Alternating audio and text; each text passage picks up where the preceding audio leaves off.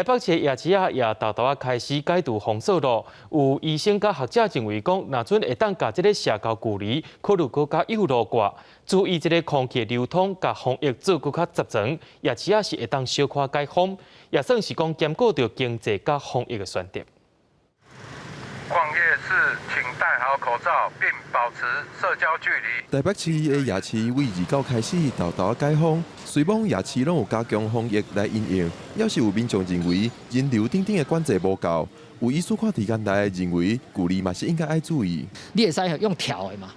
跳一档，也是可对面嘛安尼人去排队的时阵较袂积做伙，若拢规排的时阵安尼社交距离可能真歹。真歹保持伫个即摆就是要拼啥呢？拼讲疫苗紧做，之前讲咱讲估计讲做差不多60%的人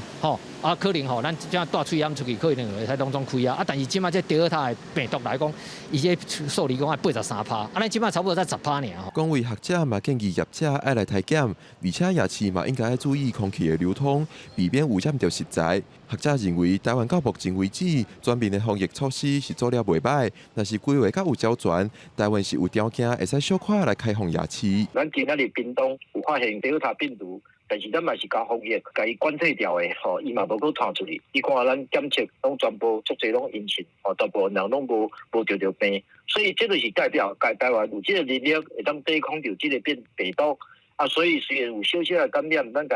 咱用检测甲伊克服。学者甲医师拢讲，比起国外，台湾人民的防疫意识是真悬。目前西夜市的人看起来防疫措施是做甲袂歹，若是会使保持落去，夜市小可解封，确实是考虑到经济甲防疫平衡的一个选择。记者郭碧君、郑派文台北报道。